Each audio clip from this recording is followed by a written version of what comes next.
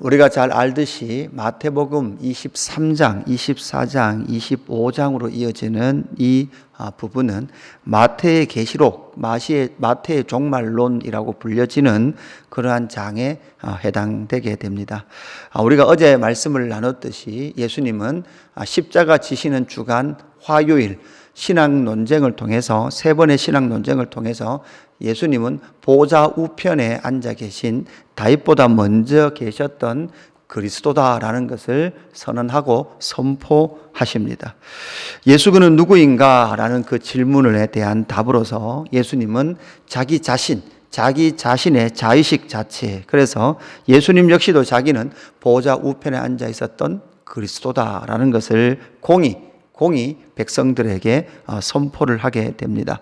예수님이 이전까지는 인자다, 나는 사람이다, 그분의 그 아들이다라고 말씀하셨다가 이제 십자가 지시는 주간이 가까울수록 나는 십자가 지시는 그리스도다, 너희를 구원하는 그리스도다, 메시아다라는 사실을 선명하게 그렇게 알려주게 됩니다. 그러나 그 예수님께서 그리스도다, 다윗보다 먼저 있었다라는 것을 말씀하시는데도 불구하고 대제사장들과 바리새인들, 서기관들, 이런 사람들, 하나님의 나라라고 말하는 하나님의 나라인데도 불구하고 그들이 스스로 그 나라의 주인이 되어 있는 그 세력들을 향하여 예수님은 이제 23장에서부터 그들이 당할 심판에 대해서 선포하고 있죠. 그들은 하나님의 나라라고 말하는 이스라엘이라는 그 나라의 중심에 서 있습니다. 그들은 지도자였고 모든 사람에게 소위 말해 존경을 받는 사람들이었고 그들이 또한 높은 자리에 앉아 있는 모습을 보게 됩니다. 예수님은 그들을 향하여서 너희는 심판받게 될 것이다 라고 말씀하고 있는 것이 23장, 24장, 25장으로 이어지는 내용입니다. 오늘 우리가 읽었던 이 23장 1절에서 12절까지는 마태의 종말론의 시작에 해당되는 부분입니다. 여기에서 우리가 23장을 묵상하면서 찾아야 될 중요한 단어는 자리라는 단어입니다. 우리가 어제 살펴보았듯이 예수님은 보좌 우편, 보좌도 자리죠. 보좌라는 것은 의자, 자리인데 그 자리는 무엇하는 자리입니까? 통치하는 자리입니다. 통치하는 그 자리에 누가 앉아 있는가가 아주 중요한 문제입니다. 23장에서 나타나는 자리라는 것을 여러분 잘 기억하면서 이 말씀을 묵상할 필요가 있는 것이죠. 이스라엘 백성들, 당시에 이 이스라엘 백성들, 어제도 말씀드렸듯이 계속해서 400~500년 동안 제국의 역사 속에서 이스라엘 나라는 주권을 상실한 채로 그렇게 고난받으면서 살았습니다. 그러니까 그들의 마음속에는 도대체 이 하나님의 나라라고 말하는 이스라엘의 진짜 왕은 누군가? 정말 저 세상 나라가 이 나라의 주인이 된 것처럼 세상 나라의 속국이 되어버린 이스라엘을 끌어안고 이것이 해석되지 않았던 것이 바로 이스라엘 백성들의 삶이었습니다. 그래서 그들은 언제나 다윗의 때의 회복을 기대했습니다. 다윗의 때가 때로 돌아간다면, 다윗의 시대가 회복된다면, 다윗 같은 왕이 온다면 바로 이 나라가 회복될 거다라고 기도했죠. 그들은 그냥 눈에 보이는 눈에 보기 좋았던 다윗의 시대를 고대했지만 사실 여러분 다윗이 하나님 마음에 합한 왕이 되었던 이유가 어디에 있습니까? 다윗을 향하여 하나님은 너는 내 마음에 합한 왕이다라고 말씀하신 이유가 무엇입니까? 다윗이 윤리적으로 뛰어났습니까? 그렇지 않습니다. 윤리 도덕적으로 뛰어난 사람이 다윗이 아닙니다. 다윗의 하나님 마음에 합한 왕이다라고 그렇게 인정받았던 이유는 바로 하나님을 향한 그의 고백이었습니다. 다윗은 하나님을 어떻게 고백합니까? 나의 왕, 나의 하나님이라고 고백합니다. 이스라엘이라는 나라의 왕자의 통치의 자리는 실제로 누가 앉아 있습니까? 다윗 본인이 앉아 있습니다. 다윗 본인이 결제 도장을 찍어야 나라가 돌아갑니다. 결제 도장을 찍어야 돈이 집행이 됩니다. 그렇게 통치의 자리에 다윗이 자기가 앉아 있지만 그러나 다윗은 알고 있었습니다. 그렇지만 진짜 왕은 누구였습니까? 하나님이셨습니다. 그것을 읽어냈던 사람이 바로 다윗이었습니다. 그것처럼 예수님 역시도 예수님은 보좌, 통치하시는 보좌 우편에 앉아 계시며 그 보좌 통치를 이루기 위하여 말씀이 육신이 되어 있던 가운데 오셨습니다. 그러나 오늘 본문 2절에 보니까 서기관들과 바리새인들이 모세의 자리에 앉았으니 이렇게 말을 하고 있죠. 모세의 자리에 앉았다는 말은 무엇입니까? 바로 율법의 자리에 자기들이 앉아 있는 것이죠. 그러면서 끊임없이 판단하는 것이죠.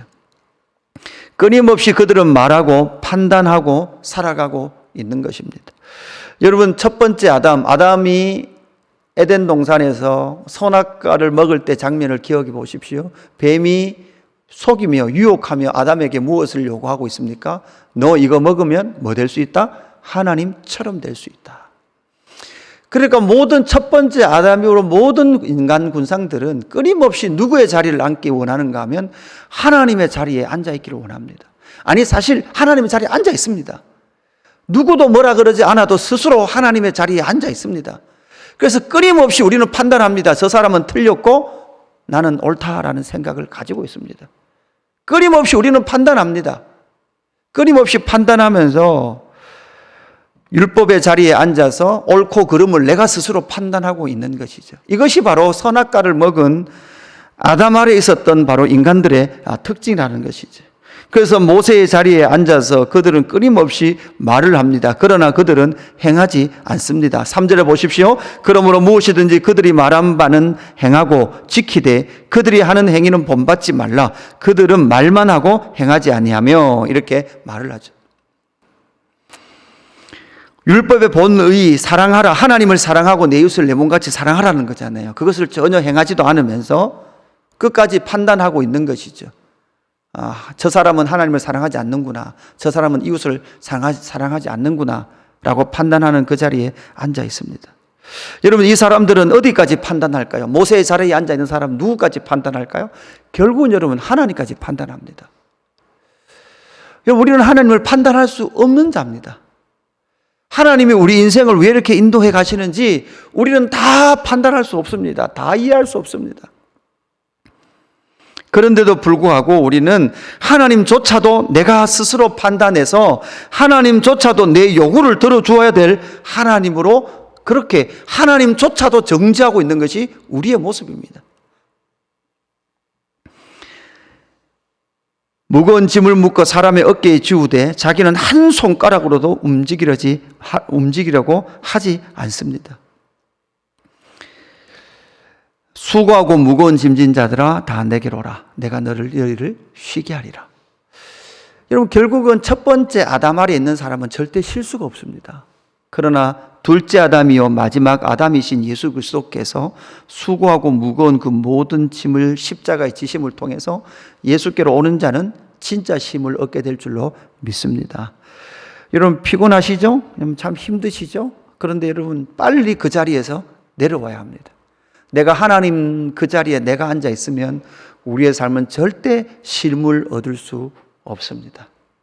다 모른다, 다 할 수 없다라고 인정하시고 내가 주인 되어 앉아있던 그 자리, 모세의 자리에 내가 앉아있다면 그 자리에서 빨리 내려오십시오. 그 자리에 하나님이 앉아 계시도록 하십시오. 결국 그 사람들은 어떤 자리, 모세의 자리에 앉은 사람은 어떤 자리를 찾습니까? 6절에 보니까 잔치의 윗자리와 해당의 높은 자리입니다. 문안받는 것과 랍비로 칭함받는 것을 좋아하며 살아가는 그 사람들을 말하고 있는 것이죠. 그래서 모세의 자리라면 8절에서 또 하나가 나옵니다. 랍비라 칭하지 말라라고 말하고 있습니다. 선생의 자리에 앉지 마라 이렇게 말을 합니다. 여러분, 이 선생의 자리에 앉지 마라. 너희는 다 형제니라 이렇게 말씀하고 있죠. 여러분, 이 말씀이 무엇입니까? 가르치는 일을 하지 말라는 말이 아닙니다. 누구든지 어떻든 하나님의 나라에서는 진리의 말씀을 가르쳐야 합니다. 그러나 가르치고 있지만 가르치는 그 사람조차도 우리는 알아야 합니다. 무엇입니까? 우리는 형제입니다. 목사인 제가 여러분을 가르치지만 저 역시도 여러분과 하나님 사이에 서 있는, 여러분보다 높은 자리에 서 있는 사람이 아닙니다. 저 역시도 이 자리에 함께 앉아 있는 하나님께로부터 배움을 받아야 될 자리에 있는 사람입니다. 또한 무엇입니까? 9절에 보니까 아버지의 자리에 앉지 말라 이렇게 말하고 있죠. 여러분 아버지가 되지 말라. 여러분 다 아버지이지 않습니까? 그 말이 아니죠. 아버지의 자리에 앉지 말라는 거죠. 그 아버지는 누구십니까? 우리에겐 유일한 아버지는 한 분밖에 안 계십니다. 누구시죠? 하나님 아버지십니다. 그래서 여러분 육신의 아버지인 여러분도 하나님 아버지를 아버지라고 부르고 있고, 여러분의 믿음의 자녀도 하나님을 뭐라고 불러요? 아버지라고 부르죠. 제가 군대에 있을 때 군종 목사님 이런 말씀을 하시더라고요. 자기 아버지가, 그 군종 목사님의 아버지가 군대에서 예수님을 믿었는데 너무 군 생활이 힘들어서 한 번도 가보지 못한 교회를 한번 가보라고 누가 이야기를 해서 새벽 기도부터 가기 시작했대요. 그 새벽 기도를 갔는데 군복 입은 한 청년이 기도하는데 이렇게 기도한대요. 하나님 아버지, 우리 아버지가 아파요. 하나님 아버지, 몸이 안 좋은 우리 아버지 살려주십시오. 그러니까 도대체 저 사람은 아버지가 몇 명이냐. 그게 헷갈려서 새벽마다 가서 그 사람이 말하는 아버지가 도대체 누군지 궁금해서 기도하기 시작하면서 그 당신도 하나님 아버지를 만났다는 거죠. 그러니까 도대체 그 아버지, 우리가 부르는 아버지는 바로 한 분 하나님 아버지시죠. 하나님은 우리의 아버지이신 줄로 믿습니다. 또한 지도자라 칭함을 받지 마라 이렇게 분명 말씀하고 있습니다. 여러분 감사하게도 우리의 유일하며 무의한 지도자는 누구십니까? 10절 끝에 보니까 곧 그리스도다라고 말씀하고 있습니다. 여러분 목회자에 대해 오해하지 말아야 합니다. 저 역시도 저의 자신을 오해하지 않아야 합니다. 해당의 높은 자리, 잔치 자리에 윗자리 앉는 것 같은 그러한 자리에 앉을 때도 있습니다. 그러나 우리가 다 함께 모두 다 우리의 유일한 선생은 누굽니까? 예수 그리스도이십니다. 그리고 우리는 한 형제입니다. 우리의 아버지는 누구이십니까? 하나님 아버지이십니다. 우리의 지도자는 누굽니까? 우리를 인도해 가시는 분은 누구이십니까? 그리스도이십니다. 그 예수 그리스도를 오롯이 따라가는 저와 여러분 되기를 주님의 이름으로 축복합니다. 그러면서 이 23장 오늘 12절까지의 결론을 어떻게 맺고 있습니까? 11절, 12절 너희 중에 큰 자는 너희를 섬기는 자가 되어야 하리라. 누구든지 자기를 높이는 자는 낮아지고 누구든지 자기를 낮추는 자는 높아지리라. 하나님의 나라는 이 세상의 논리와 원리와 정반대입니다. 낮아지는 자, 낮은 자의 자리에 서 있는 그 사람이 진짜 하나님의 나라에는 높은 자의 자리입니다. 여러분, 여러분이 앉아있는 자리 어떤 자리입니까? 예수님은 스스로 그 높은 자리를 비워두시고 버리시고 죽기까지 복종하기 위하여 낮아지셨습니다. 여러분 이 땅에서 조금이라도 낮아지면 억울해서 못 사시죠. 그러나 여러분 낮아진 그 자리가 정말 예수 그리스도의 자리라는 것 기억하시고 누군가 나를 낮은 자리로 끌어내린다면 여러분 감사하시고 그 낮은 자리에서 이웃을 섬기고 하나님을 섬기며 그리스도를 따라가는 저와 여러분 되기를 주님의 이름으로 축복합니다. 아버지 하나님 감사합니다. 나의 아버지 되어주셔서 감사합니다. 하나님 아버지 감사합니다. 예수님이 나의 지도자가 되어주시고 내 길을 이끌어 주셔서 감사함을 드립니다. 하나님 모세의 자리에 내가 앉아 있었습니다. 아니 하나님의 자리에 내가 앉아 있었습니다. 그래서 하나님조차도 판단하고 예수님조차도 판단하며 살았던 내 자신을 발견합니다. 하나님 그 자리에서 내가 내려오고 내 인생의 주인의 자리에 하나님 좌정하여 주시고 예수님께서 앉으셔서 내 인생을 다스려 주시옵소서. 하나님 그래서 때로는 내가 다 이해하지 못하고 내가 다 설명할 수 없는 내 인생이 펼쳐질지라도 그럼에도 불구하고 하나님이 나의 왕이십니다. 예수님이 나를 다스리십니다. 라는 그 믿음의 고백을 올려드리는 저희들 되게 하여 주옵소서. 하나님 낮은 자의 자리, 하나님을 사랑하고 내 이웃을 내 몸과 같이 사랑하는 그 낮은 자리에 앉아서 하나님 그 높은 자리에 앉아 계신 예수 그리스도의 통치를 담아내는 믿음의 권속들 될 수 있도록 인도하여 주옵소서. 감사함을 드리며 구주 예수 그리스도 이름으로 기도드리옵나이다. 아멘.